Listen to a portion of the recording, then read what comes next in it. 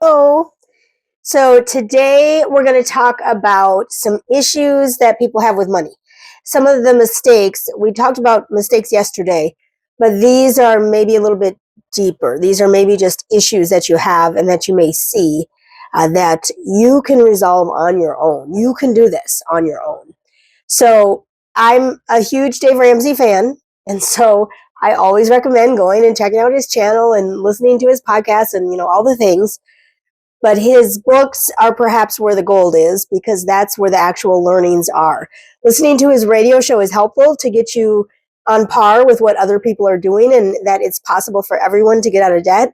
But reading the books gives you the fundamentals of how to actually get out of debt and how to actually live a life that you're going to love. Okay?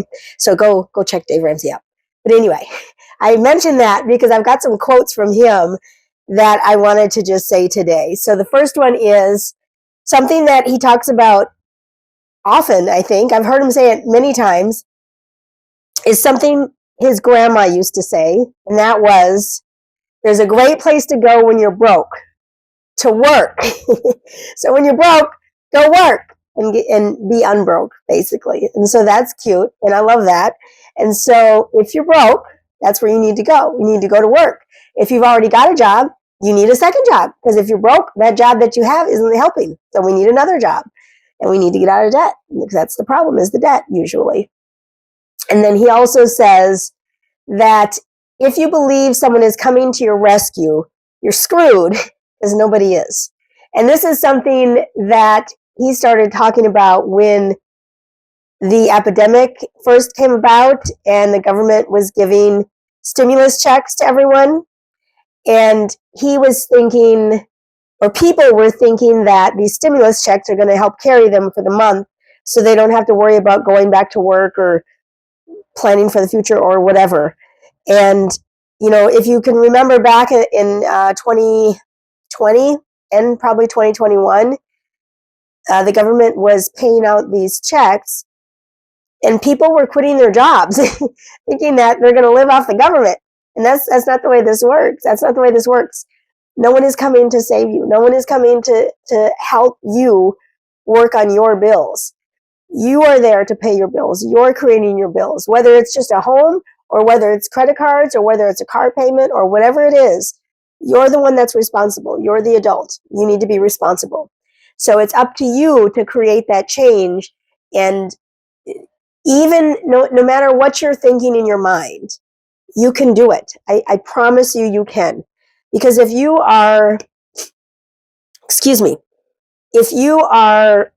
$50,000 in debt and you make $30,000 a year, you're not going to get out of debt in 1 year, clearly, but you can limit your budget. First, make a budget, step one. I mean, that's step one.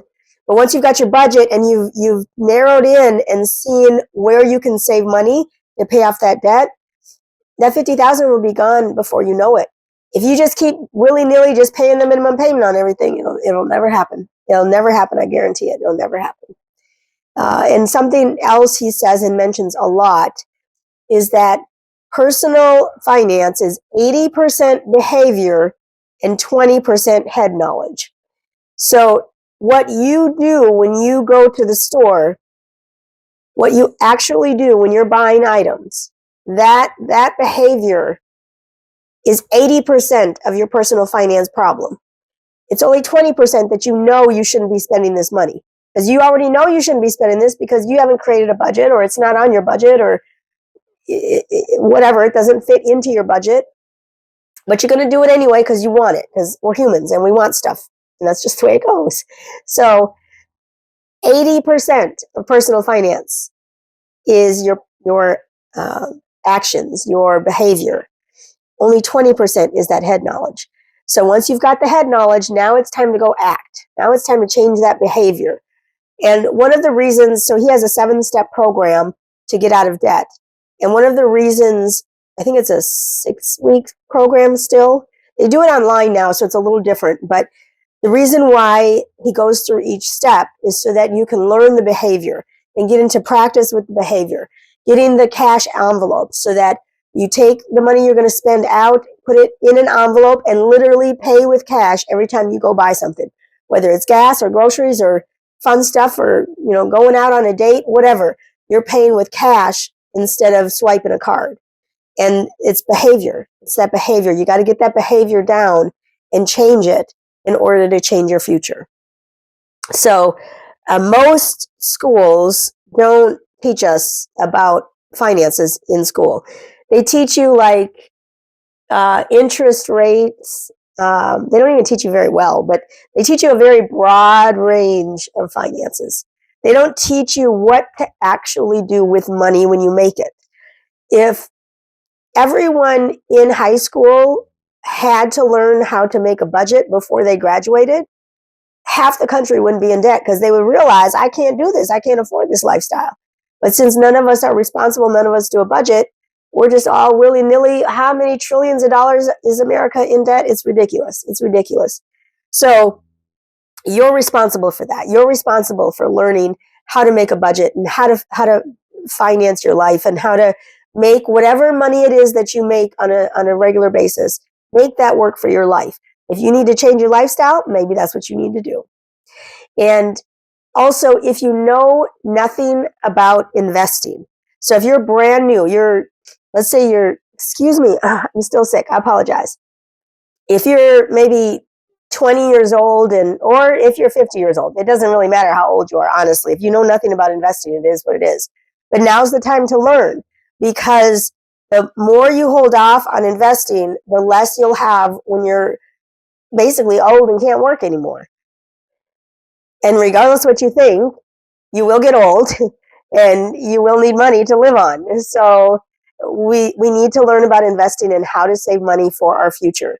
There's thousands, literally thousands of videos on YouTube teaching the very basics of investing, how to invest, what it means to invest, what the different types of investments are, how to set it up in your bank account, how to set it up from your work. Like there's all sorts of videos on any subject you want to learn is on YouTube. And that's true of any subject ever in life. It's on YouTube, I guarantee it. But if you're able to just learn it and take it in and then put it into play, you will help yourself. You will help yourself. And you will help yourself so that when you're older, you won't be worried about how you're going to pay to keep the lights on or pay to go buy groceries or whatever. I promise you, start now. Even if you're 78 years old right now and you are going to be 80 in just a couple years, now is the time. If you haven't started, now is the time. Doesn't matter how old you are. If you're 15, now is the time, because if you're 15 years old and just save, I don't know, $30 a month forever, you'd be a millionaire. It's ridiculous. It's crazy how simple it is when you're young. Now, I'm not young anymore, so I don't have that privilege of doing $30 a month, but I have an amount that I can save, and so I'm going to save it. And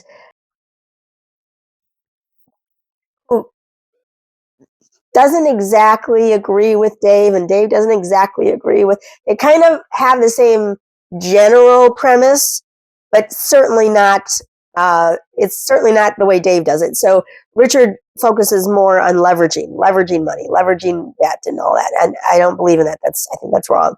But he does say something that's very good, and that is to pay yourself first. So when you get paid, that first 10 or 15%, whatever you've decided is going to work in your budget, take that off of the top, right off the top, before you start allocating to your bills. Take the 10% off.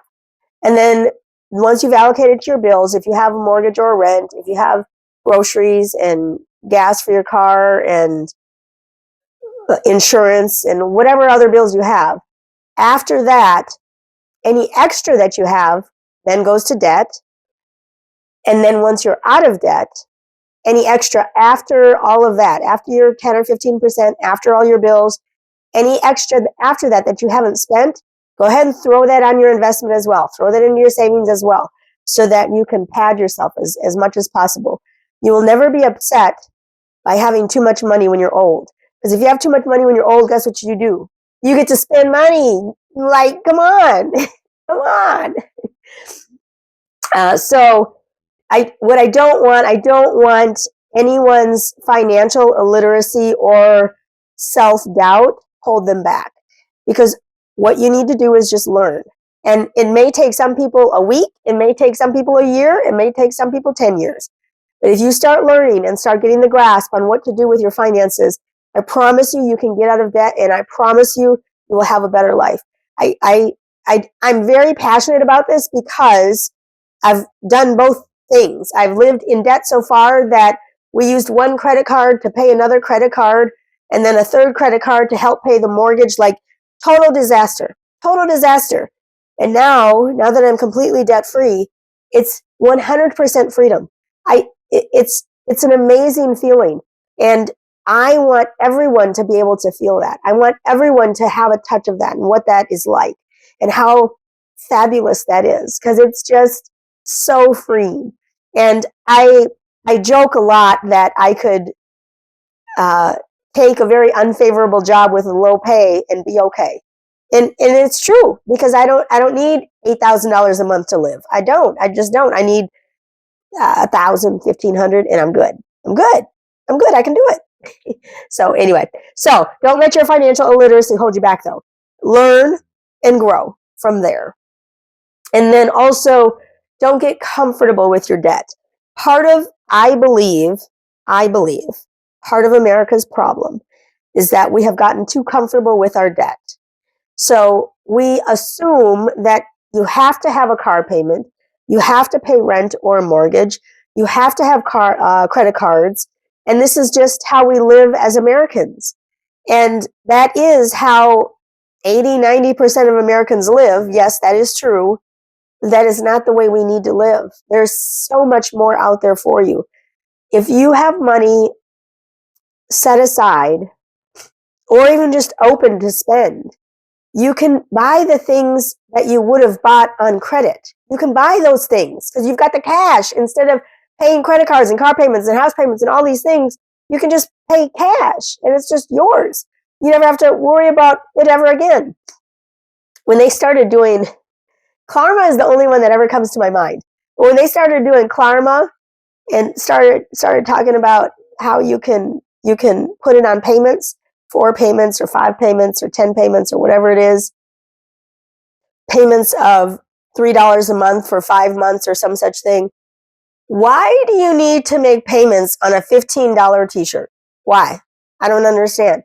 If you don't have $15 to buy a t-shirt, you probably shouldn't buy the t-shirt. You probably have bigger problems. You probably don't need to be buying that t-shirt. You probably need to go to Goodwill and get their $2 t-shirt there. Realistically, there's no reason why you should have to put a $10, $20, $30 item on payments. That's just, it makes no sense. Do you understand? It makes no sense. It makes no sense. Why do you work 40 hours a week so that you can then turn around and make payments to someone for a $20 t-shirt? It doesn't make any sense, people. Just don't do it. Don't do it. Don't get comfortable with your debt. When you live in that thought that everyone's in debt, it just becomes normal. Don't be normal. Be different. As, again, Dave says, live like no one else so that later you can live like no one else. It's an amazing feeling to live like no one else. I promise you that. And the last thing I'm going to share today, because I'm running up my time here, the last thing I'm going to say is set your money goals, and most importantly, reach them. No one is going to watch out for you. No one. I mean, if you have a spouse and kids, maybe they'll watch out for you a little bit. But no one is going to watch out for you more than yourself. And so set your money goals and reach them. If you want to save $1,200 this year, put $100 in every month, and at the end of the year, you'll have $1,200. If you put $0 in every month, guess how much money you're going to have at the end of the month, at the end of the year? $0. So just start now. Start today. It's still January. It's January, what is it? January 21st. Start now. Start today. You have 11 months to make the most of this year. Make the most of it. Set your money goals and reach them. Make them short goals. Make them monthly goals. Make them quarterly goals or yearly goals. Make goals that you can reach. And so I have my goal of saving $1,000 per month because I'm trying to buy a different car in a couple years. Oh, we're getting closer and closer now. It's almost just a year away. It's really scary. But I've set that goal. And so guess what's going to happen? I'm going to reach that goal. And it's going to be hard. And I'm going to cry about it. And I'm going to whine about it. And I'm going to be mad because I can't go to Dollar Tree and spend $100 every time I go. But guess what? When I get in my new car, I'm going to be happy because it's going to be black on black on black. And I'm going to be happy.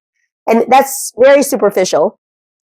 But my money for investing is already going. So I'm not so worried about that. That's already going. I'm already done that. It's automatic. But set your goals. Set your goals, and most importantly, reach them. That's going to be it for me today, y'all. Thanks so much for stopping by. Make sure to hit the like button, leave a comment down below, and leave a comment, and also subscribe. Did I say that twice? Did I just say that twice? I think so. Also subscribe. When you subscribe, you should hit the bell so that you know when my next video comes out. I thank you so much for stopping by today. Thanks, y'all. Y'all have a great one.